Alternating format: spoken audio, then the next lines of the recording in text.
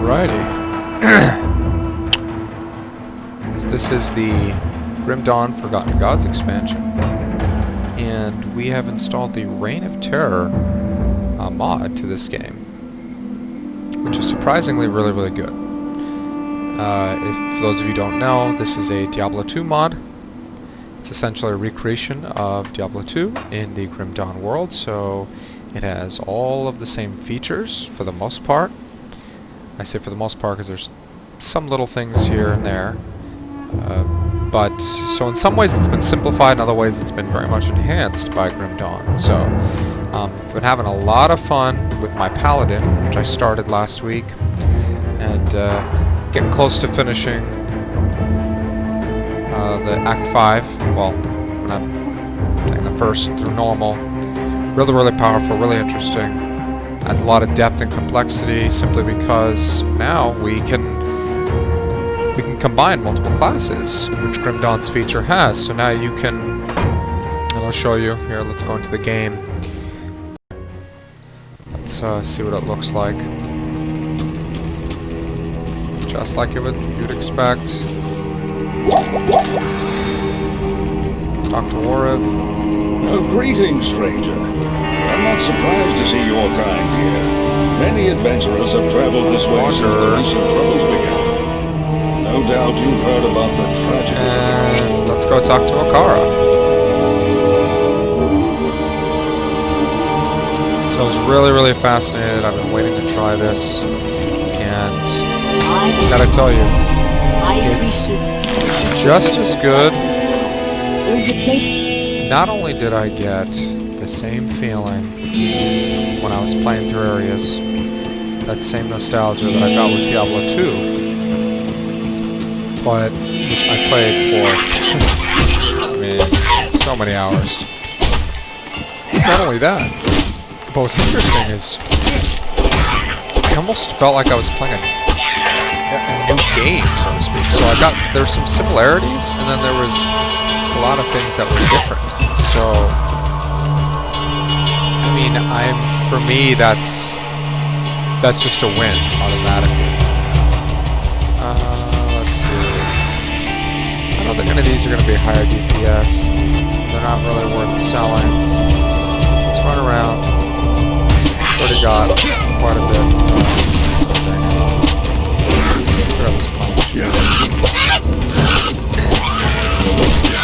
I gotta tell you, the visuals are so impressive for Diablo 2, and when I was playing through it on my... I already have a fire shield. I was playing through it on my Paladin. I was really impressed with just the way that the creatures looked. Sometimes I had to look up the way that certain creatures, their models in Diablo 2, just to because I just couldn't believe it. Like, wow, is this really those gargantuans? They look so much better than they did. Now, some people think that the creators of this mod should remove the Grim Dawn aspects of it altogether, and I think that would just be a significant loss to so much depth and complexity that the Grim Dawn game has added to this. It's enhanced it. It's really, so much better than it was. This is the best Diablo 2 experience I've had. I'm not going to say the best Diablo experience because I'm one of those people that still likes and still from time to time plays Diablo 3. As you know, I'm sure. And so I can't say for certain that it's my favorite, but so we're gonna start with, so we got all the classes. We got 1, 2, 3, 4, 5, 6, 7, 8, 9 classes for Grim Dawn, and then we have all 7 for the original. So it says Classic Necromancer because that's the Diablo 2 one. So we started with the Paladin, and I made him a Paladin Barbarian, so I made him a Paladin, Blessed Hammer, Hammered in, and then beefing him up with some of the passives that the Barbarian has, but it's primarily and first and foremost a Hammered in. And there's so many ways to play the Paladin too. I'm probably going to end up making more than one. Probably make a Amazon at some point because you can use guns in this game. So a gun-azon sounds really interesting and fun. A druid could be really good too. But for now, we're going to go with barbarian. So I'm going to go with barbarian. And for now, I'm just going to... So what's great about this game is you can take back skill points pretty easily, especially early on in town. I'll show you how to do that. But for now, I'm going to start with this. 1, 2... And for now, I'm just going to take Bash just as an additional, like, kind of a big, harder hitter for some of those elites. But otherwise, later, I'll probably just remove that skill point because it's not a requirement for any skills we want. What we want is, we want Whirlwind. We want to spin to win. So, let's go with Bash. Put it here. Now, what I really love that this game has that feature where you start off kind of classless and then you just kind of customize your character as you go. I think that's a really great way to do it, you know. It's just interesting. It's just different from the, oh, I just have to pick this class. I can just customize it however I want. There's pros and cons. Let's see how big our bash hits for. Pretty big. Pretty big. Keep looking for the Den of Evil. They've actually mixed quite a few things I've noticed in this game. Some of the things that either didn't work or things that did work really well in Diablo 3. For example, there's the Shattered Realms, which is essentially a Greater Rift version for this game. And Greater Rifts are from Diablo 3, of course. Most people who have played through Diablo 3 can say that they like the rifts. They've evolved a lot since the game first came out. And I actually really like them. I enjoy them. I think it's a good end game. So they have that.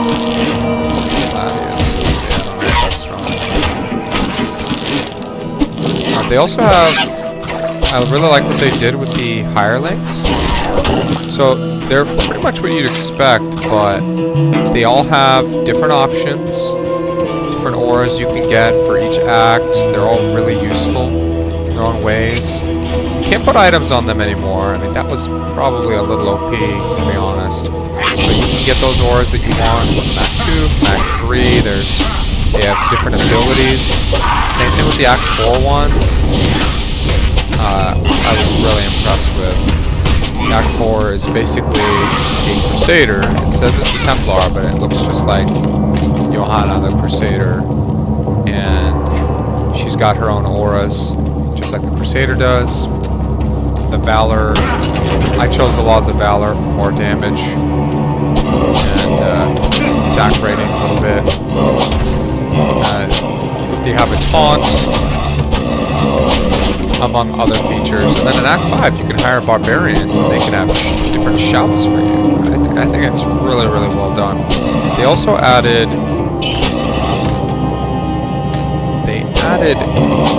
what was I going to say? Oh! They're treasure goblins. They're really kind of difficult to kill. You have to stay on them. But if you do, it's usually very rewarding. I think that's really interesting. And I haven't really explored everything that treasure goblins can do just yet, because they did drop a certain item called a mystery key that I haven't investigated that further just yet.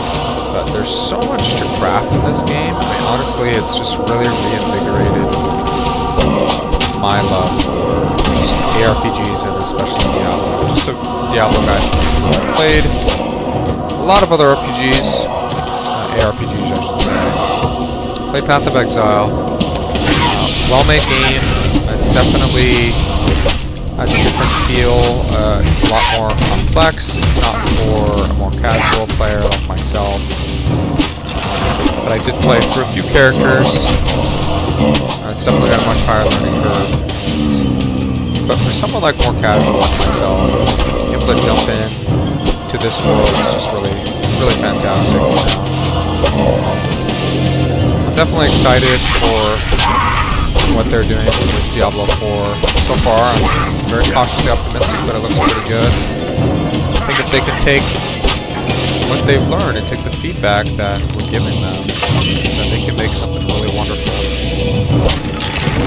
So let's hope for that. In the meantime, I'm not really in a rush because I have so many games I can play, including this one. I think I'm really going to enjoy playing this game for a while. Playing Diablo 3 from time to time. I'm also looking forward to Blizzard's World of Warcraft expansion. Shadowlands is really good. Just there's definitely something a little bit different in Blizzard. They seem to be paying a lot more attention. They've learned the hard way. And here's those gargantuans I was talking about. They got big horns and they're much better than them. It's just they're way more intimidating. The other ones almost look like they were, I don't want to sound offensive, but almost like crippled in a way with the way they walked around. But they look a lot better now. Oh, what was I saying? Oh, yeah, I'm definitely gonna play Shadowlands. I started WoW and Legion. It was honestly a really great time to play the game. I played Battle for Azeroth a bit, not as much as Legion. But I'm definitely planning to play Shadowlands. It looks great, you know. I mean, like I said, they're definitely learning. Blizzard's learning. They're realizing maybe it was the fiasco of 2018, their Diablo Immortal announcement, which, you know, didn't have to be a bad announcement. It didn't have to be something negative. It could be something really great for the company, and I think so. It looks like they learned their lesson since then. That's why they haven't been updating it nearly as much. You know, it's been a couple of years. People were expecting it to be done already. I'm not a mobile gamer. I'd probably play it a little bit on my tablet just because it's more Diablo. But PC gamer at heart, and that's what I love to do. That's what I do in my spare time. And oh yeah, this bash helps a lot. Getting wrecked. Corpse fire. See you later. Love that. There's good magicals. Alright, let's see. Definitely better. Definitely better. Definitely better. Alright. All pretty good for the most part. Now we just have to kill more monsters. There's a lot more monsters to kill on this than there was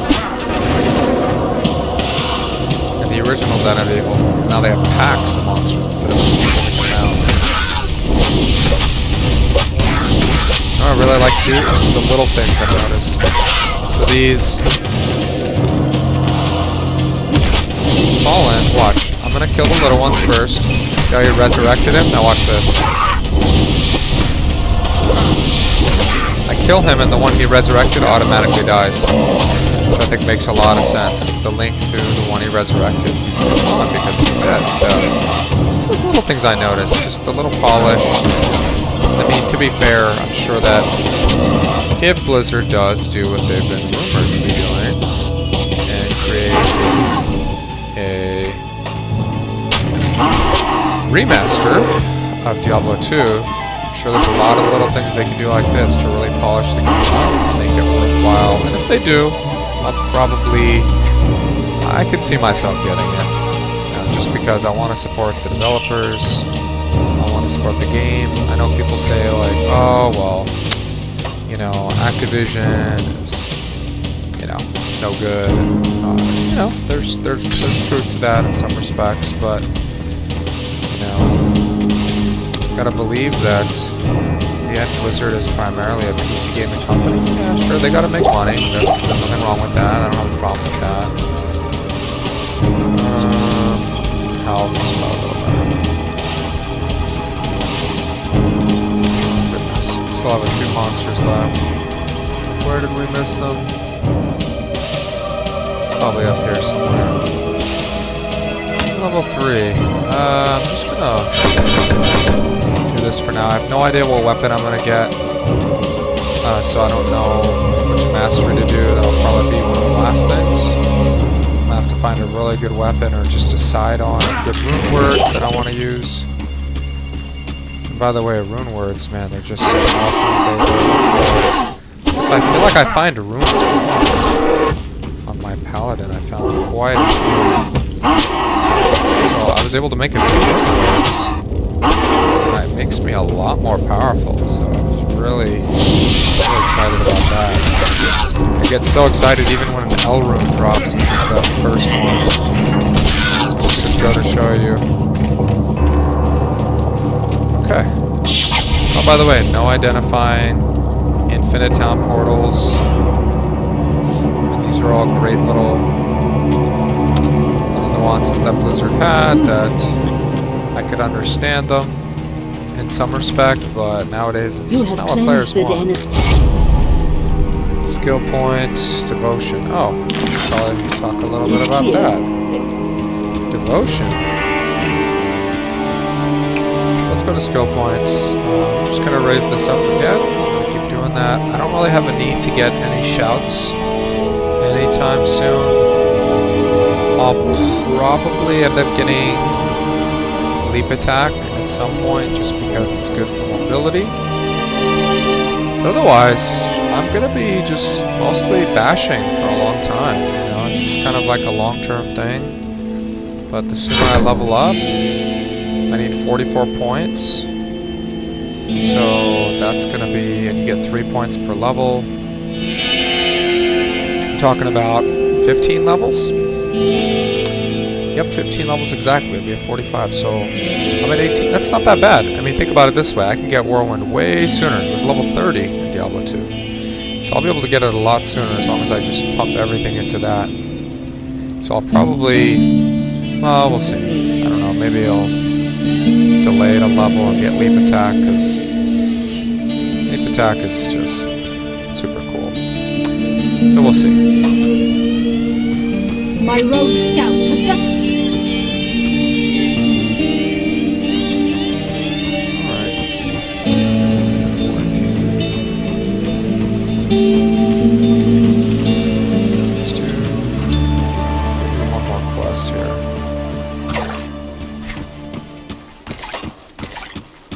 Oh, that's what I wanted to tell you guys about. I almost forgot devotion. So this might seem a little bit intimidating at first, almost like Path of Exile-ish, you know? It's not quite as complex, but essentially what it is you have different affinities here, and I can highlight these and it shows you the different ones. And what you do is you start by starting with one, and so you probably want to do a little bit of homework first on what you want to do, and it, like, so if I know I want physical damage, right? Physical damage. So when I type that in, it's going to show all the areas where, see, it says physical damage. So we want to go to those areas. So we're going to start here.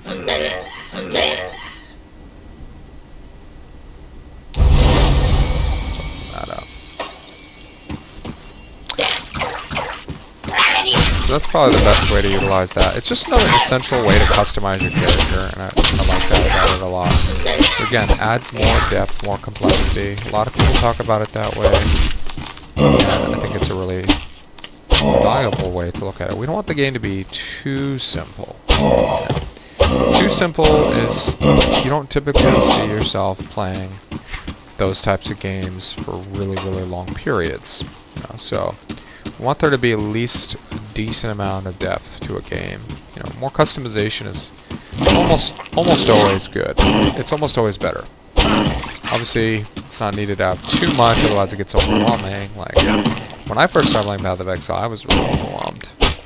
I tried making a character without looking up a build, and let me tell you, that was a mistake. Just look up a build. It's just too taxing otherwise. I paid for it, especially in a game with the high difficulty. Path of Exile, I mean, bosses are really tough, and I had a really hard time when I was able to kill them, but it was pretty frustrating, so I wouldn't recommend it.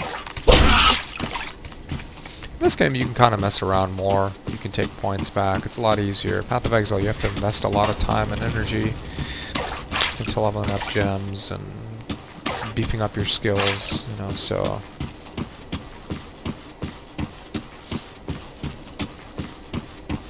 Cold Plains, and our first waypoint.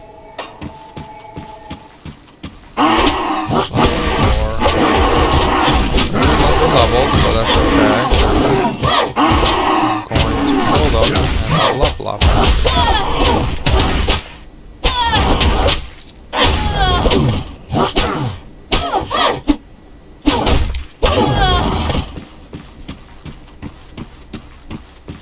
Where are we going?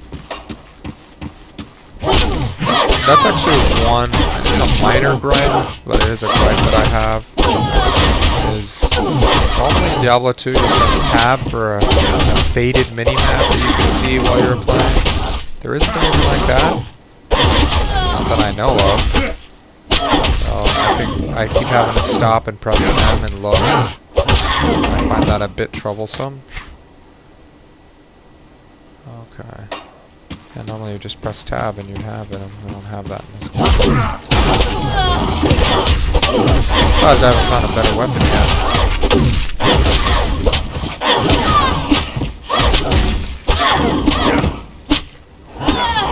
So you see this yellow bar over this? That's your constitution, and what that does is the more you have, you noticed how I healed really quickly there? It basically uses that to lose some portion of it to regenerate your health when you're not taking damage for a period.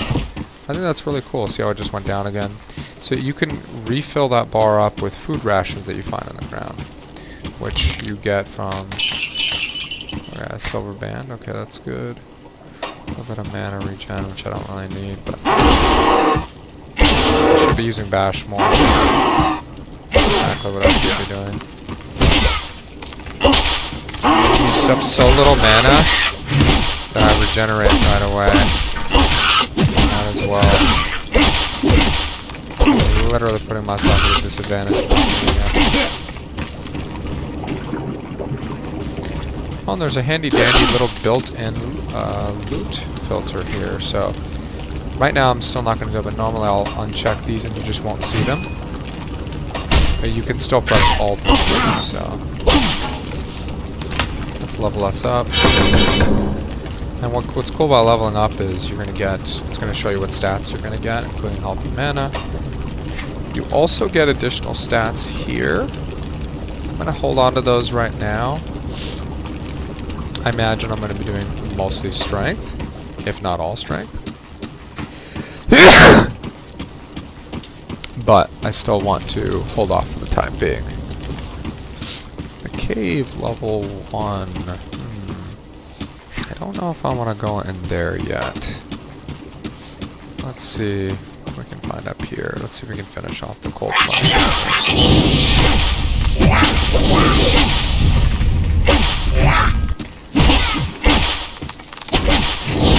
To kill stuff and level.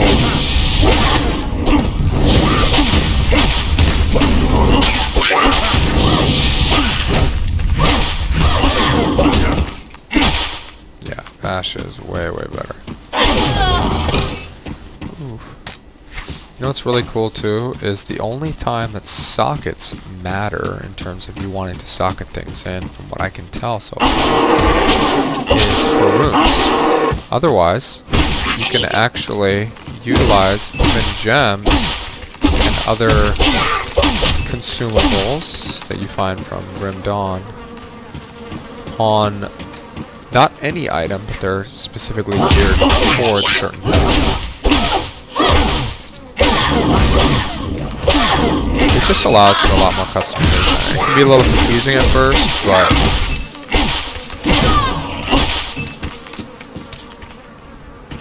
it ends up being really good. Like I said, just more layers of customization makes the game more interesting.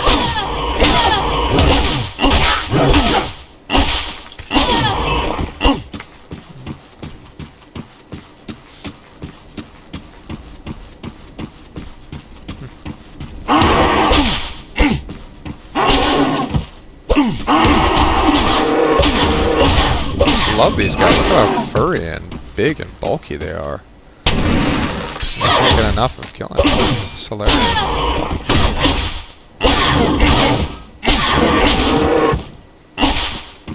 Another silver band. Mana regen that I don't particularly need.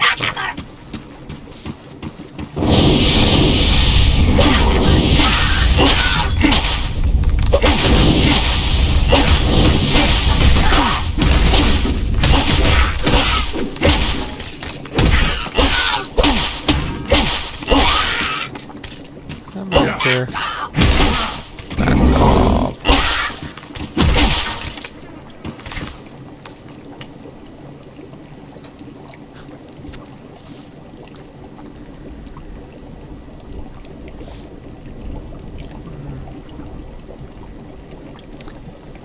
You see how it says here? It says using all weapons, shields, and caster offhands, and it shows you what it does.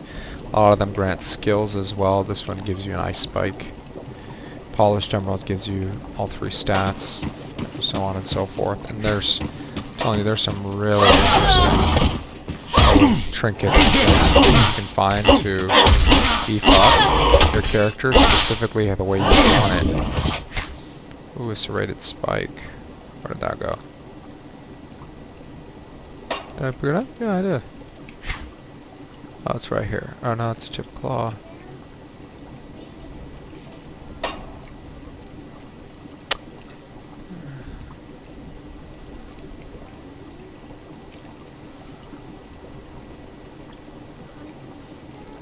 Yes, I'm going to. You want me to exercise now? Yeah, why do you have the video? Why not?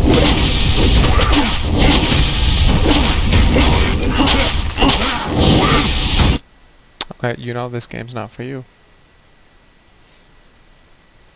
You should go clean your facey off.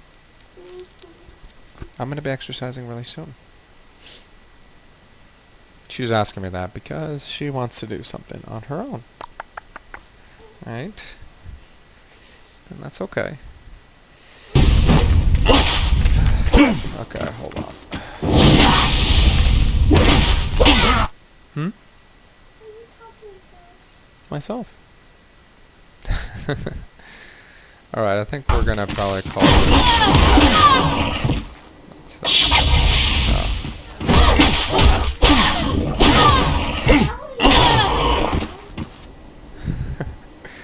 She is so smart. She pays attention to little things. Alright. Back to the main menu for now. There's my poverty little barbarian, so to speak. And that's it for today.